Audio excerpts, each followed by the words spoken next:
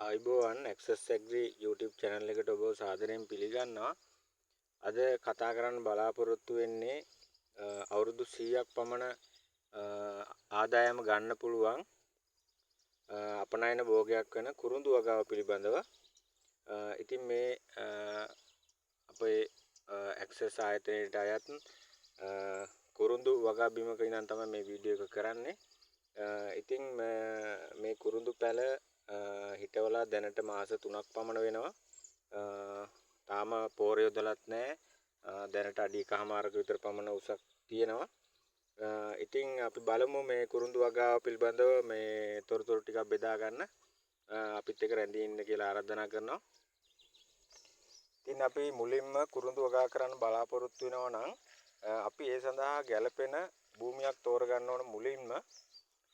ඉතින් ඒකට වඩාත් සුදුසු වන්නේ වතුර රැඳිලා තියෙන්නේ නැති වතුර බැහැලා යන භූමියක් තමයි අපි තෝරගන්න ඕන.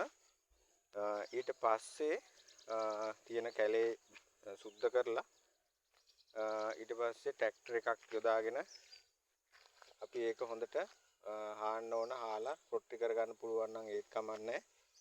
ඊට පස්සේ වර්ෂා කාලය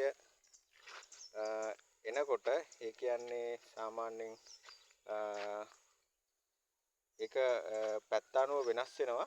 ඉතින් තම තමන්ට අයිති ප්‍රදේශවල පවතිනා වූ ඒ කාලගුණෙත් එක්ක වර්ෂා කාලය මහකන්‍ය විදිහට හඳුන්වන ඒ කාලයේදී තමයි කුරුඳු පැල හිටවන්න ඕන. එතකොට වැඩි කාලයක් මේ පැල වර්ෂාවට අහු වෙනවා. ඉතින් කුරුඳු ඒ විදිහට බිම සකස් කරගත්තට පස්සේ ඔයගොල්ලෝ කුරුඳු තවාන් තියෙනවා. ඒ තවානකින් කුරුඳු බඳුනක් තෝරගන්න ඕන. පැල 5කට වඩා වැඩි පුර තියෙන නිරෝගිමත් පැල තියෙන බඳුන් තෝරගෙන එතනින් එම පැල ප්‍රමාණය මිලදීගෙන අක්කරයකට පැල 3-4 පරතරයට කෘෂිකර්ම දෙපාර්තමේන්තුවෙන් කියන නිර්දේශිත පරතරය තමයි 3-4 ප්‍රමාණයට සලකුණු කරගෙන අක්කරයකට පැල 3600ක් හිටවන්න පුළුවන්. ඉතින් දැන් මේ අපේ ආයතනයට අයත් වගා බිමේ තිබෙන පැල. ඉතින් මේ විදිහට මේ පැලවල ආසන්නයේ මේ විදිහට වල් පැල ඇවිල්ලා තියෙනවා. මේවා ළඟින්ම තියෙන ඒවා උදුරලා අයින් කරන එක තමයි හොඳ. නැත්තම් මේ මුල් වලට හානි වෙනවා. ඉතින් වටේ තියෙන දේවල් උදුරු ගාලා අයින් කරන්න ඕන කැලේ. ඊට පස්සේ මෙන්න මේ වගේ උදුරු ගාලා මම සෝදාපාලුව වැලකෙන විදිහට මේ විදිහට වැටිය වගේ යොදාගෙන තමයි තියෙන්නේ. එතකොට ඒකෙත් වතුර රඳනවා. එතකොට සාමාන්‍යයෙන් වර්ෂා කාලේ නැති දවස් වලටත් අපිට මේ පැල වලට හොඳට තෙතමනේ රැඳෙනවා. තාම මේවට පෝර යොදලා නැහැ. ඉතින් අපි මේ පෝර යොදන අවස්ථාව වෙනකොට අපි වෙනම වීඩියෝ එකක් කරන්න බලාපොරොත්තු වෙනවා. දැන් මේ පැල වලට මාස 3ක් විතර වගේ වෙන්නේ. දැන් මේ හොඳට දළු වෙනවා. ඉතින් කවතාවක් උදුළු ගාලා අපි පස් වටේට මේ වගේ වටේට කිට්ටු කරලා තියෙන්නේ පස්. ඉතින් ඔබටත් කුරුඳු වගාවක් කරලා හොඳ ආදායමක් ගන්න පුළුවන්.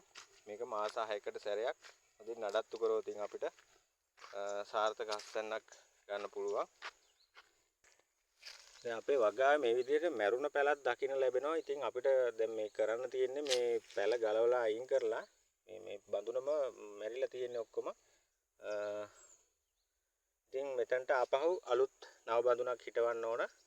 එතකොට ඒකාකාරී වගාවක් අපිට පවත්වාගෙන යන්න පුළුවන්. නැති වුණොත් එතන ඉඩ ඉතුරු වෙනවා. අපිට සාමාන්‍යයෙන් හොඳට නඩත්තු කරොත් එක පඳුරකින් මේ එක පඳුරකින් මාස 6කට ග්‍රෑම් 100ක් විතර වගේ අස්වැන්නක් ගන්න පුළුවන්. ඉතින් මේ විදිහට හොඳින් නඩත්තු කරන්න ඕනේ. ඉතින් අපි ඉදිරි වීඩියෝ වලදී කතා කරන්න බලාපොරොත්තු වෙනවා. අපේ channel එකත් එක්ක රැඳී සිටින්න. අපව subscribe කරන්න. bell icon එක click කරොත් ඔයගොල්ලන්ට අපි අලුත් වීඩියෝ එකක් දාපු ගමන් ඒක බලා ගන්නත් පුළුවන්. ඉතින් මේ වගාව ඉතාමත්ම හොඳ දෙයක්. හොඳ ආදායමක් ගන්න පුළුවන්. ඉතින් අපේ channel එකත් එක්ක රැඳී සිටින්න.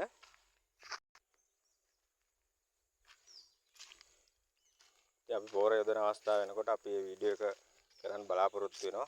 දැන් මේ පැලේ එහෙම පොඩ්ඩක් සවුත් වෙලා තියෙන්නේ. මේකට ඉතින් පැල දෙකක් විතර වගේ ඉතුරු වෙලා තියෙනවා. දැන් මේකට අලුත් පොට් එකක් දාන්න ඕන.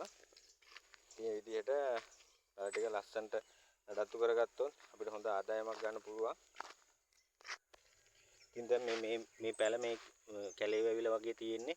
ඉතින් මේවා හොඳට සුද්ධ කරලා මෙන්න මේ විදිහට හොඳට සුද්ධ කරලා අපි නඩත්තු කරගන්න ඕන.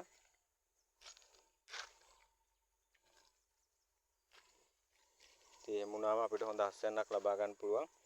එවනම් අපේ channel එකත් එක්ක රැඳී සිටින්න කියලා ආරාධනා කරනවා. එවැනි වටිනා වීඩියෝ එකකින් නැවත හමු වෙමු. ආයුබෝවන්.